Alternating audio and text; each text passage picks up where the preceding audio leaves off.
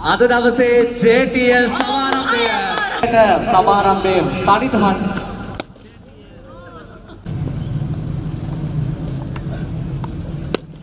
සාමිකත්වය කියන වචනේ තිබ්බට මදි. ඒක ක්‍රියාවෙන් පෙන්වන්න ඕනේ.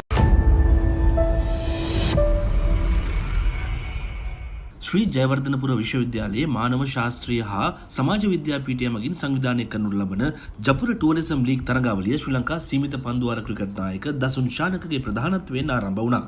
තරගාවලිය පැවැත්වෙන්නේ එම විද්‍යාලීය ක්‍රීඩා පිටියේදී.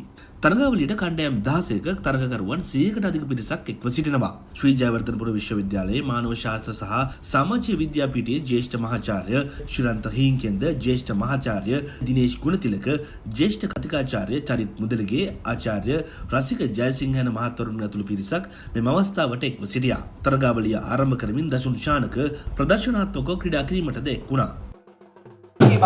මොකද ශ්‍රී ලංකා ඉතිහාසය වෙනස් කරපු ක්‍රිකට් ඉතිහාසය වෙනස් කරපු සැවැත් ක්‍රිකට් තරුවක් එක්ක අද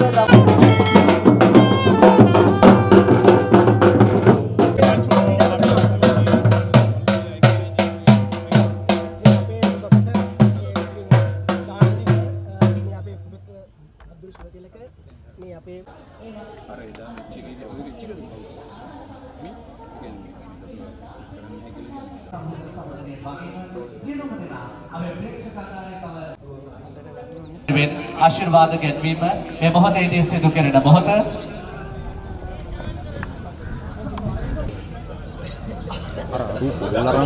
JTL 2026 මම හිතන්නේ අද දවස හොඳ උදාහරණයක්.